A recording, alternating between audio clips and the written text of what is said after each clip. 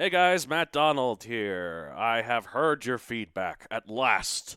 All of you who have subscribed to the Patreon at patreon.com/MatthewDonald, where we discuss pop culture featuring prehistoric animals. For the last year, you've been like, hey, Matt Donald, you and your little co-hosts have barely talked about pop culture featuring prehistoric animals. Instead, you've talked about whatever other crap you want, and flimsily connecting it to paleontology or prehistoric animals in some way. Like, Friends, because Ross is sometimes a paleontologist? Corpse Bride, because it's a corpse that comes to life like Jurassic Park? What are you talking about? When are you going to talk about something that actually has dinosaurs in it? Rest assured, listeners, I have heard your feedback loud and clear, and this month we're talking about something that definitely has dinosaurs in it. Doctor Strange in the Multiverse of Madness! A T-Rex and a Triceratops appear in the background in one scene where they're traveling through the dimensions for all of a second and a half. You're welcome, listeners. Link is in the description where you can sign up to the Patreon. Thanks for your support. Have a good day. Yeah. Roar, growl, snarl, bellow. Welcome to Paleobites, the podcast with as much spine as Anomalocaris, the spineless creature. My name is Matthew Donald. Each week, I and a rotating series of guest co-hosts talk about and rate a genus of prehistoric animal, be it dinosaur, mammal, arthropod, and so on. This week, I'm joined by someone with probably the most spine of anyone I know. It's Natasha Krech. How are you? Oh, I'm doing well. You? I'm doing great, but no, I worship at the altar of your badassness. Like you do so many cool things. I could never. You all start out small with your adventures and then you expand from there. Yeah, well, it's just I had too much fear for my own mortality. like when I was a kid, I might have mentioned this on the show before, but we used to like climb up trees 100 or so feet, jump off of cliffs into like oceans or rivers. Like I've not jumped off a cliff into the ocean, but I have done it in a river. yeah. Yep, over near Gypsum, Colorado. That's really cool, man. Good stuff. So okay, that's all. I'll bring my dinosaur lake question. If you could jump into the ocean, but bearing in mind it has to be a prehistoric one. Oh no, I'm dead. Which one and why? Would you perhaps go like a safer one? Or would you have one more dangerous one so you end on a high note? You die, but at least you go out swinging, like. Oh, that's a good question because... Well, even if you like, I'll go super safe. I'm going to go back to like pre-Cambrian times. It's like, oh no, that's when the ocean was acidic. And purple potentially, or like green, those weird times in the Proterozoic or whatever, where it was like... I mean, no era is safe. Hell, even our modern era ain't safe to just jump into the ocean. Yeah. I'm going to go, if it has to be prehistoric, I'm going to go just during the Ice Age. It's free of Megalodon, because Megalodon died due to the Ice Age. There's just going to be some whales. Oh, there will probably be a few sharks and a fair number of jellies. Oh, yeah. So it's just basically a modern ocean. But if you believe the Ice Age movies, there's some pirates swimming about on icebergs with like a big Gigantopithecus captain voiced by Peter Dinklage. Well, if we're going out swinging on a high note, why not during the height of the dinosaur era, or why not go crazier and go into the Devonian? The Devonian, I feel like maybe you could survive the Devonian. Not really. Not with some of those monsters. Dunkleosteus, I feel like it wasn't that fast. Yeah, you'd be surprised what's fast. Also, I feel like you keep it in front of you and then like duck to or you keep behind it. It couldn't turn that much, Probably. Yeah, I feel I'm going to put it away. I would swim with a Dunkleosteus. You know what? In the free water, I would say that. It would be a once in a era type deal. Oh, yeah. So what are we talking about today? I know it has some armor. It does have some armor, and I guess you could... wouldn't be in the ocean, but it would be in something... It would be in some swamps. We were talking about Carbonemys, I think is how it's pronounced. I don't know, Carbonemys. Ah, so it's a freshwater creature. It's a freshwater creature. It is... freshwater hides its fair share of monsters, too. Oh, yeah. Like, remember those big crocodiles, like Dinosuchus, Sarcosuchus? Oh, yeah. All freshwater. Yeah. Man. Carbonemys means coal turtle, probably based on where they found it. Probably. Type is a Podocnomidid, a group of turtles that were once widely distributed, but now only have 8 surviving species, most of which from South America, like this one. Ah. Size 8 to 10 feet, slash 2.5 to 3 meters long. And I can't find the exact weight, but I bet you it's a ton. Not a literal ton, I mean just long. Or maybe a literal ton, depending how thick that shell is. Yeah. Diet carnivore. Yep, this was a predatory turtle. Not something you find very often. Although this isn't 100% confirmed, it just well could have been omnivorous. But one way or another, snakes, fish, and crocodiles were getting chomped by this thing. It's debated a turtle eating crocodiles. There we go. It's debated on whether or not it chomped plants, though, as well. It's just debated that. Time, mid to late Paleocene. 60 to 58 million years ago. Yep, this is that weird time just after the mass Cretaceous extinction. Life was trying to figure itself out again. Indeed. Man. Location was Colombia. There's another big reptile from Colombia at this time. Yes, Titanoboa. Yes, there was. I happen to be looking at a Florida museum at this moment. Oh yeah. Who talks a little bit about them. They were contemporaneous with each other. They described in 2012 pop culture appearance. You can actually tame them, and Ark Survival Evolved. Wow.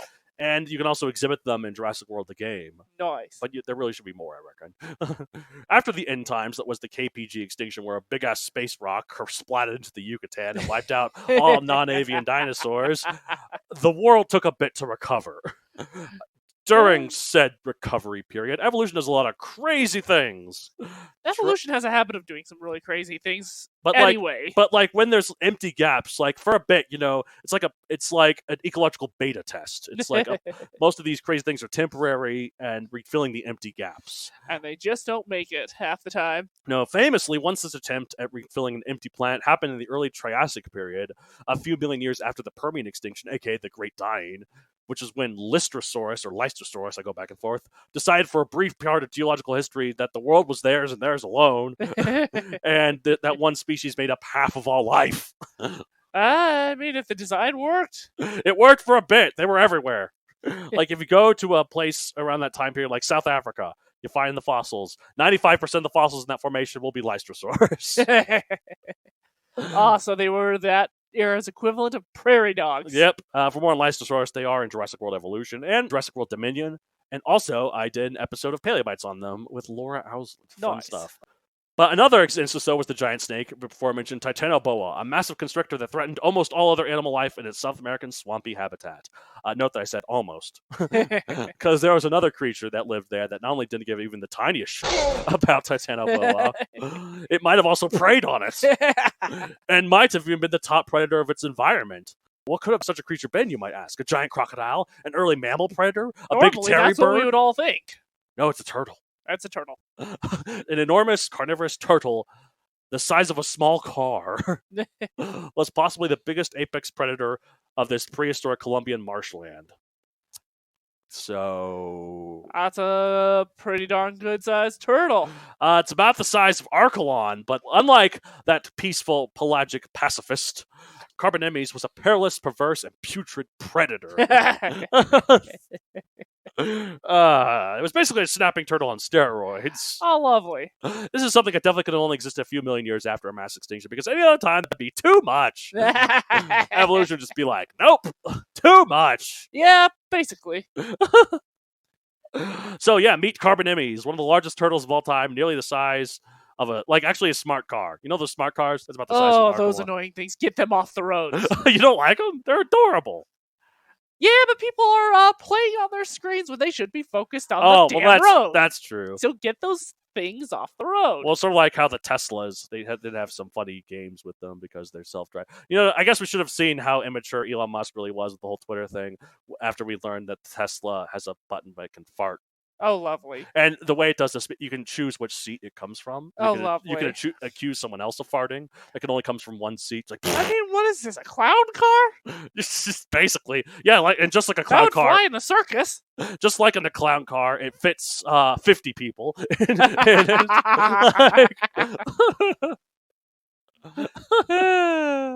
Oh, man. That's actually one of my favorite jokes, is the clown car joke. I knew they were bad, but Jeez.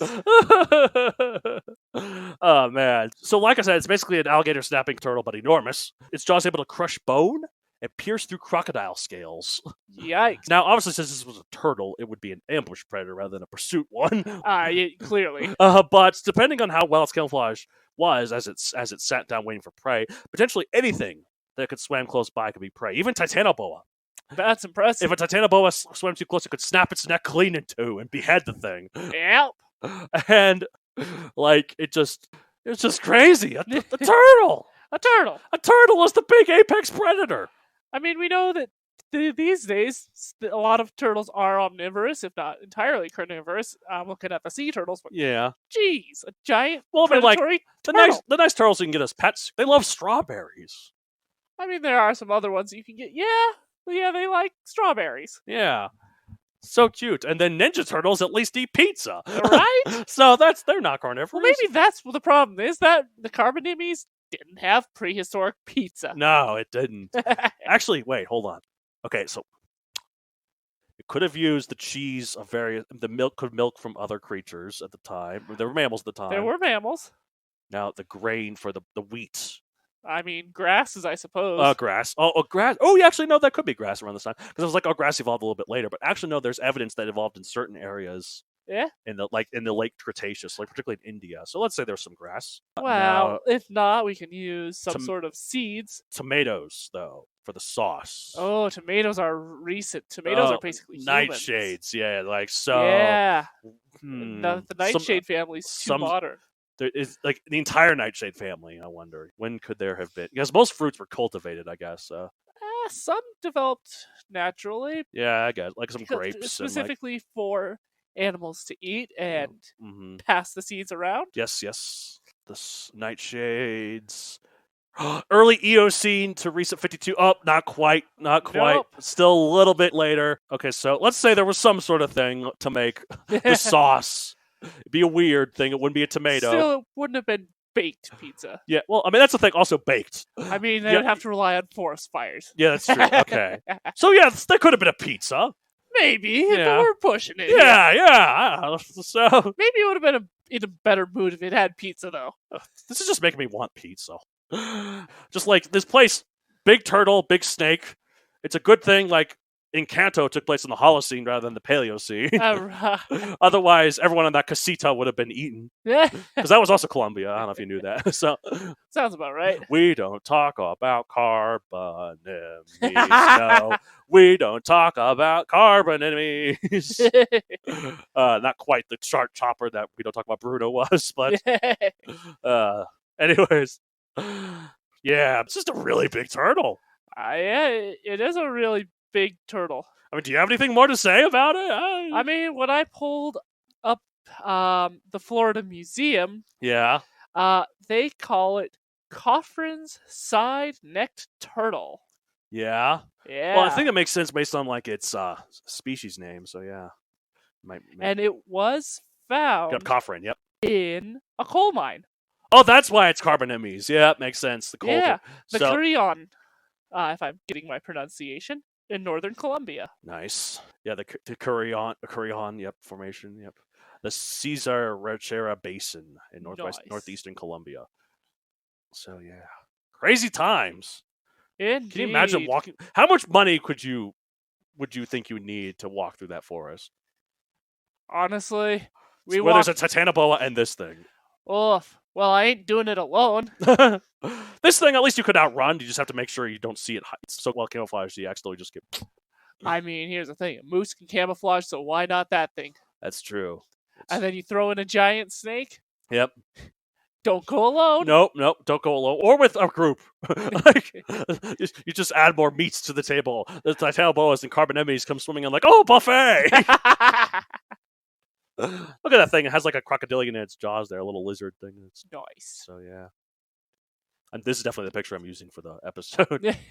All right. I mean, it would have been a fun thing to photograph from a distance. Oh, yeah, absolutely. I imagine it like an alligator snapping turtle. It's like, it could be like, it'd be hiding with its kind of head, and then it could do a really quick, quick snap. Probably. Like, turtles are slow, and obviously, but like, Have you seen the way alligator snapping turtles' mouths close? Oh, It's yeah. the fastest thing. It's like a Oh, yeah. bullet. Like, And people get hurt every year from underestimating alligator snapping turtles. I don't know how we you don't could have look them at in Colorado, but yeah. I don't you know know, how I could look at that and underestimate. Just look at that thing. It's just like it's that thing. It's just that big sharp beak. It's just I could chop my hand the off. problem is they think turtle. Yeah, They think turtle slow. I mean it is slow, but that's don't test it. Like, Snapping turtles in the water, as I understand it. Anyone listening from the southern United States will have some horror stories for us. oh, absolutely. Well, I mean, like, So that would be this on steroids. oh, absolutely. Well, I'm sure in the water they could actually. Well, maybe not this, but other turtles can be quite fast. Yeah, Especially if they're going for it. Was it like? Did you ever watch Swan Princess when you were younger? I might have. Remember the turtles like friends call me Speed, and at first in the up in the land he was slow, but then in the water he was like vroom, he was like a motorboat. Oh man. Anyways. All right, well that's it for this week. Oh wait, sorry, we got to rate it 165 million. I'm rating it like a 56 million or 57 million. That is a solid rating. I'm gonna run with that as well.